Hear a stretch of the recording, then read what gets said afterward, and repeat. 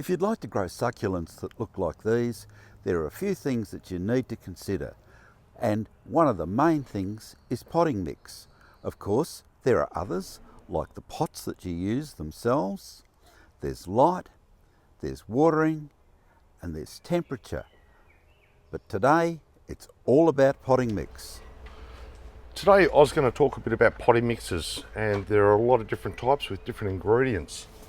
This is a standard sort of potting mix that you use for a 6 to 8 inch pot. It's got quite a lot of fine in it, a little bit of sand you can see. It's also got quite sizable lumps in it. And this is our mix that we use here. We get this made for us by a company here in Victoria, and we only use 3mm and 6mm bark mix, 3 to 6, and it's actually sieved out pretty fine, so there's not a lot of fine stuff in it. It's got much less than the other potting mix up there, the standard potting mix. Also, we add more gravel, and there's 2 forms of gravel that we use in here. Also, you can see a little bit of fertiliser in here as well. This is very clean but washed river sand, but 3mm. All the fine stuff is actually taken out of it. This stuff drains really well. It can also be used as a topping. Also in here we have what we call propagation sand. Now you can see it has a lot of fine stuff in it, but no clay. Really critical, no clay, because clay can block up your pot. This is clean washed sand, but fine, through to 3mm. Here we have 3 grades of pine bark. We've got the really coarse one here, which is used for much larger potting. We do not even have this one in our blend here. It's too big for small pots. But we actually use a combination of a bit of this one with a bit of fine, but this one 3 to 6mm. And you can see it's a lot more gritty, and the water will just flow through that one really well. So our mix is made up of 4 parts of 6mm pine bark, 4.5 parts of 3 to 6mm pine bark, 1 propagation sand, and 0.5 coarse river sand, which is 3mm sand. Right, this mix is a general succulent mix. We can use this on the majority of varieties that we grow, but there are a few that do require some other additives to actually make it a little bit better. The one thing I'll add before we finish, we also have in here some Kendon micronutrient, a little bit of gypsum. It also has some wetting agent which enables it when it's really dry to water it well, and a little bit of NPK, just a little bit of that to touch it up. So it is slightly fertilised when we buy it. This is Crasula high voltage. It goes brilliant red later. Now these are planted in our standard potting mix, which is our standard succulent mix, and that's more than adequate. We allow really good drying out between waterings so that you get these really enhanced colours on the edges of the leaves. For those who are going to ask, this one here is Agaveoides, and this one here is called high voltage, and this goes bright red, crimsony red later. A really beautiful colour. Brilliant little plants. We'll talk more about those in another video. Now this is a really beautiful Echeveria Agaveoides Ebony. Now it's deserving of another pot. You know, it's a little bit oversized, you know, for the plant. So what we're going to do is I'm going to show you what we use to hot up the mix for special plants. Now over here there's a few things that we've got here that will help you. This is pumice. Now we import this one. This is 6mm, 3 to 6mm, and we can get another size which is 0 to 3. A lot finer, good for, I don't know, seedling mix, things like that. But for a big plant like this, we'd probably use a 6mm gravel. We can also use Scoria. A lot lighter, but also very nice. So you could use just about any stone that's that sort of size? Yeah, for a bigger plant. We can also lighten our mix with perlite, and we do that too. This is a fine perlite. You can actually get this much coarser as well. So what I'll do now, I'll design a mix for this plant and we'll repot it for you. Now we're going to pot this one today, and we've already selected the pot, but what I'll do is I'll talk a bit about selection of pots in another video. But we've chosen this one, really good drainage hole, air movement underneath with feet. This is a really lovely classic succulent pot. So what we'll do is we'll mix up a bit here. We're really aiming to make this light. I really want the drainage in here good, so that when you water it really well, it does drain and dry pretty quickly. Ebony is a pretty tough plant, but I found when you loosen your mix, you do a little bit of adding to your mix, your plants actually look better and grow better. You get darker colours on them, everything. Now this one here, we have a hole, stop the soil running out of the whole thing.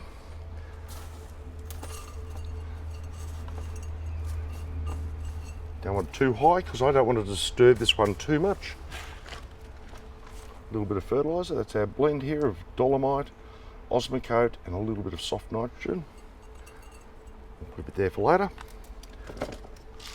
And are they fairly equal amounts of the nitrogen and the... About 2 parts dolomite, 1 part osmocote and 1 part nitrogen. I go heavier on the dolomite. And opening out your plants, do this. It'll slide out very nicely. I don't want to disturb this one too much. First thing, we clean off all our leaves, old leaves. It's always the first job we do.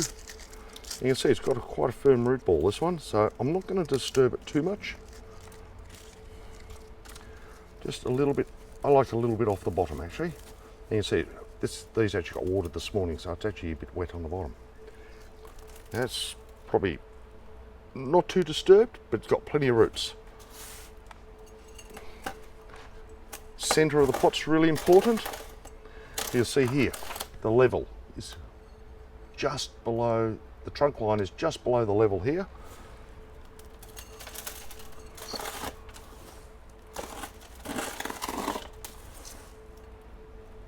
Just tilt it over a little bit. Firm down, quite firm. Maybe top it up just a little bit. And then I'm going to select a really nice topping gravel to go with this. Actually, we might show you what Akadama looks like. Now, this is Akadama. This is what we bring in from Japan. And it's a treated type of clay, but it holds together for a long time. And you can actually pot the succulents, any succulents, in pure Akadama. So it's something we're going to demonstrate at a later date how to do this. But they grow beautiful roots with a lot of air around them, so they don't dry. So a lot of people use this as a topping, or you can use it mixed into your soil mix because it's actually quite light. It holds water without being wet, and it releases it, and the roots get a little grip on each particle here, and they sort of suck the water out of it.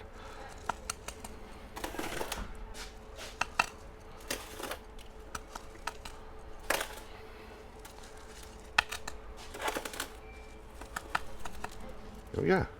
So with the topping mixes, they not only look good, but do they provide any other benefits to the plant? They sure do. What you do is, see here, it allows air underneath the plant so that you get air. If you don't get air movement around the plant, you do run the problem of possible rots can occur, particularly after repotting your special plants. So this keeps it lifted up from the soil line where a lot of the moisture will be holding. And you know one more benefit? What's that? Fungus gnats. They don't like to lay their eggs. That's right, they don't. It's too thick for them. Yes. So if you've got fungus gnats, use a good topping mix. Now here's a few other plants that you would actually grow in a modified or adjusted soil mixture. We've got a special Echeveria here, which is called Silver Queen. It's a beautiful plant. So this one requires a bit more drainage? I think just a little bit more drainage, but it is still one of the Echeverias, but they definitely like a bit of extra drainage, this one. This one here, very rare, Dudleya pachyphytum. That's from a seedling we had years ago, and it's quite a few years old now, but very hard to get this plant, real rare, but good drainage, very important. So what would you put in there besides your normal potting mix? Either Scoria or Pumice is probably what I'd add to this one. And good amounts? In reasonable quantity, about 1/3, maybe 1/3 with the soil mix that we have here. These are beautiful Adromischus. This one's Marianne Harley. It's one of my little treasures. I've only got one. This will definitely go into another potting mix, again lighter with more pumice and scoria in it. And again about 1/3 more? Around about that, approximately, yes. Yep. That's a new form.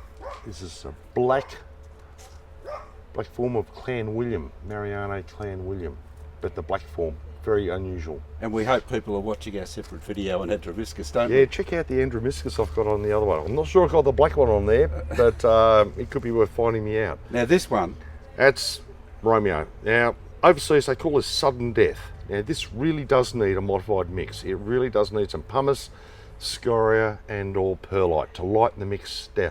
Drainage is essential, and also, very important, plenty of topping material on here to keep the leaves out of the soil. That's where the rots nearly always begin with this one. And another one you know is one of the champagnes. They need a slightly modified mix because this is a Laui hybrid. Now, anything to do with Laui rots easily and must be dried out very well between waterings with a really well drained mix. So just think of that, any Laui hybrids, and I'll show you another one later, John, over there, and also Haworthia. Now, I didn't show you Haworthia. What I'm going to do is we lighten the mix because actually we like a lot of air in the mix with Haworthia. We use a bit of cocoa fibre, which I didn't show you yet. So if you like, I'll just show you that one quickly, John, before we go. What's this one called? This is donuts. Oh, this is quite unusual. Look, if you look here carefully in the leaves, you can see they've got a hole in the centre. So all those little spots, which are sort of common, yeah, but they've got holes in them. Yeah. Fascinating. Yeah. That's a good leaf there, see? And you can get varying qualities of donut Haworthias, but that's a really good one. Yeah, Haworthia mixes are a little bit different. I actually like a lot of air around the roots of those ones. And here we use a type of coconut fibre. This is like busted up coconut shells, but this is the extra chunky one. And you see the big lumps in here, bit of fibre, but not too much fine stuff. And you can get this actually in 3 grades. But how we treat this is you get a block by the block, you put it in water like this, put a little bit of nitrogen in there, and that nitrogen stops the nitrogen letdown effect, so that as this does decompose in the pot, it's not sucking all the nitrogen out and starving the plant, because this will take the nitrogen before the plant can get it. So it's quite important, this. So let's look at how we're going to mix this up here. So here I've added a little bit of the pumice, a little bit of perlite here, that's probably all we need, and you can see how fibrousy it is. You can see a lot of air goes in there. I actually like a porosity of approximately 50% with the Haworthias that have the big, long, heavy roots. If it's more fibrous, you can have less in there. But if you look at that, that's getting pretty close to what I would like for approximately 50% porosity. Now, this has got just 4 small holes. We'll put a little bit in the bottom here. And we'll check out these roots, because I haven't looked at this plant for a very long time. And they don't mind a bit of food, these ones, maybe even a bit more than some of the, because they're very slow growing.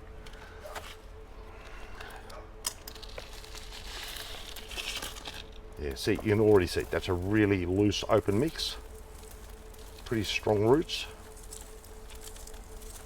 I'm not going to empty it too hard. It's a bit deep rooted, it's got some heavy ones inside there. Okay. And just go right down the edges, because this will settle on top of the roots rather than go through them, so you've got to try and work it in a little bit.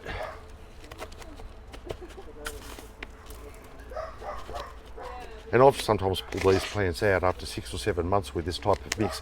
You've got all these beautiful white new roots in there, and they're really lovely. So it's also quite bouncy. And what we do probably with the Haworthias, again, you like to keep a bit of the lower leaves off and a little bit of acadama around the top.